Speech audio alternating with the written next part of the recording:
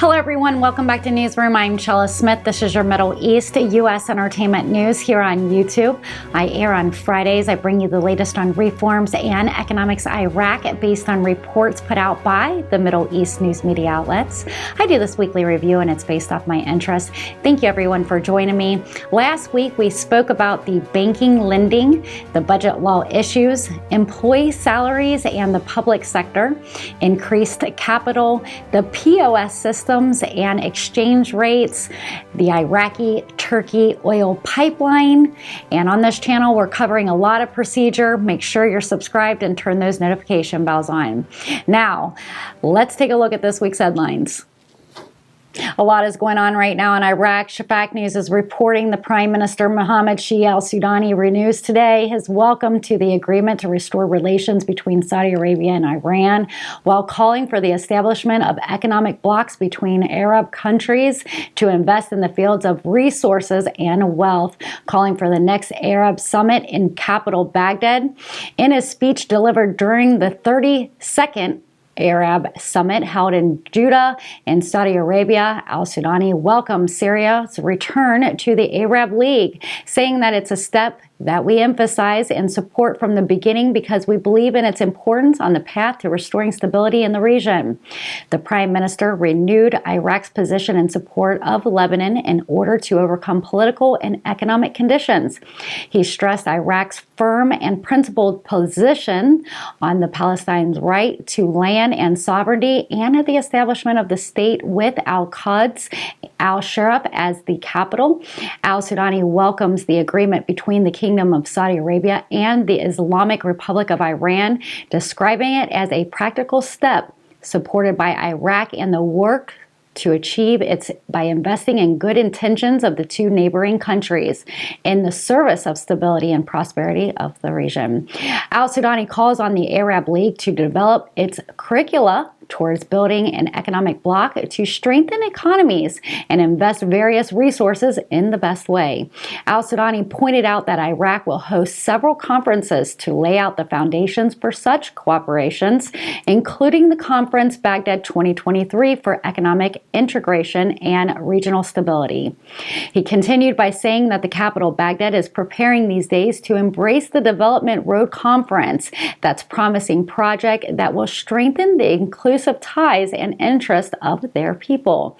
In conclusion, al-Sudani calls for the holding of the Arab Summit for 2025 in Baghdad, saying that they're looking forward to embracing the Arab brothers in the Mesopotamia. Speaking about the economy news, Baghdad reported Readins Bank directed its branches at the border crossing to collect taxes and custom duties in Iraqi dinars.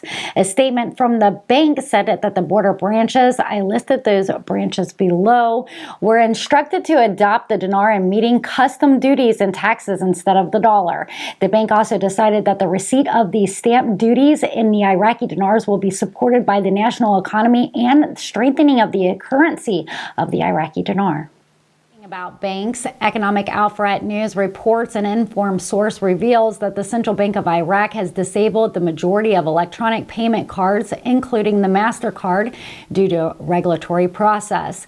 The source told Readins News that all banks and banks that have issued the cards of electronic payment companies, including the SOG, Ishtar Gates, and KeyCard, are currently suspended under the decision of the central bank since last Thursday. There may be 3 banks that are still working their electronic cards because they are the ones who's issued them and are waiting for settlements as well. The source pointed out that MasterCard delayed its entry into Iraq due to the central bank auction, and it's paid in dollars, which is issued exclusively to the companies by the central bank. He also explained that the MasterCard and SOOG were stopped, including Palm cards, pending instructions of the central bank, noting that most of the cards issued in Iraq are stopped due to the change in the central banking system and may return to work in the next 2 days. Speaking of goods, NewsRoom reports the U.S. President Joe Biden on Tuesday signs a decree extending the national emergency related to the situation in Iraq, saying that there are obstacles to the ordinary reconstruction of Iraq, the restoration and maintenance of peace and security in the country, and the development of political administration and economic institutions in Iraq. A statement by Biden says on the White House website, adding that obstacles pose an extraordinary threat to the national security and foreign policy of Iraq and the United States of America as well.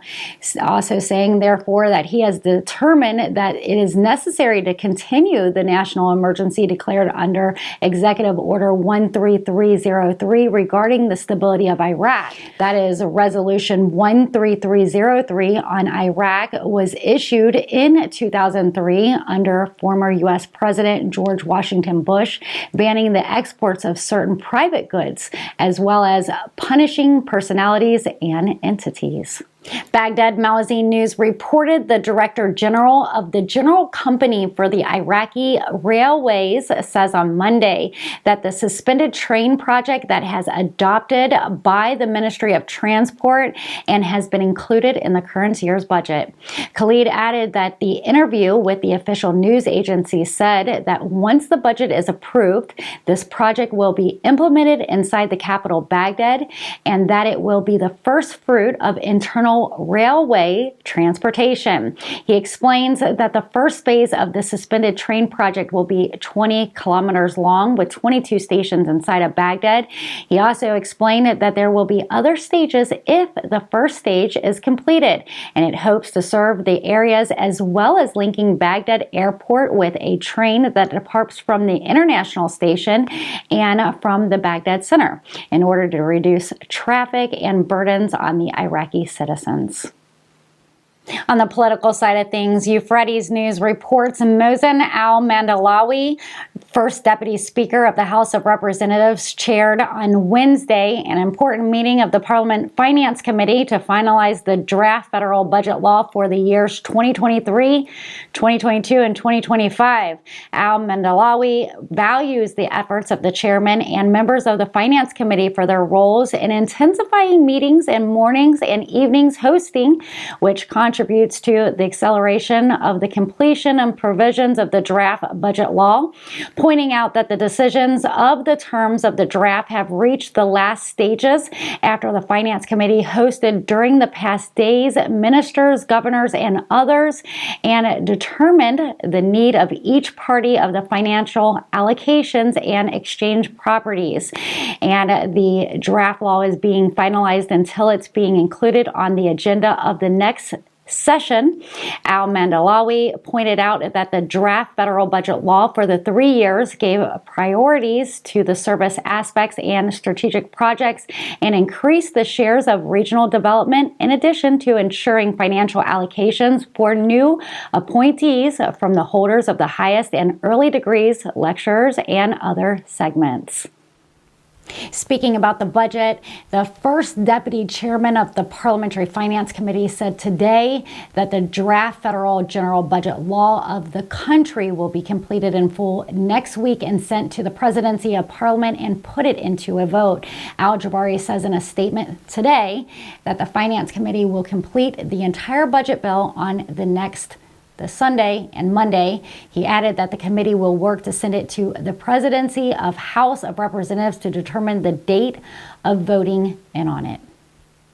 Taking a look at the United Nations Security Council as it holds its session on the situation in Iraq. During the government meeting with the State Admission Coalition, Janine Plasheret shares important achievements for Iraq's stability, saying the adoption of the budget would support provisions of appropriate public service and organization of provincial council elections. She also says that Iraq's government has taken clear position against corruption. She also says, we call on parties in the Kurdistan region to overcome their differences. She also went on to talk about Iraq's urgently needs a structural change in its oil-dependent economy. Also saying that she hopes that Baghdad and Erbil will intensify their efforts to overcome their differences. Then she went on to say that Iraq's current government is making efforts and reforms, especially in the energy file. And you've been watching Newsroom Weekly Review. I'm Chella Smith, your Middle East, U.S. entertainment news on reforms and economics Iraq. I bring you the latest in our news without having to keep up with all the different outlets. I'm here on YouTube every Friday, so don't forget to subscribe and turn those notification bells on. If you like my content, you can leave me a thumbs up. If you really like my content, you can always leave a super thanks or super chat. Again, thank you for being a subscriber, and thank you for visiting Newsroom Chella Smith for your trusted Dinar news.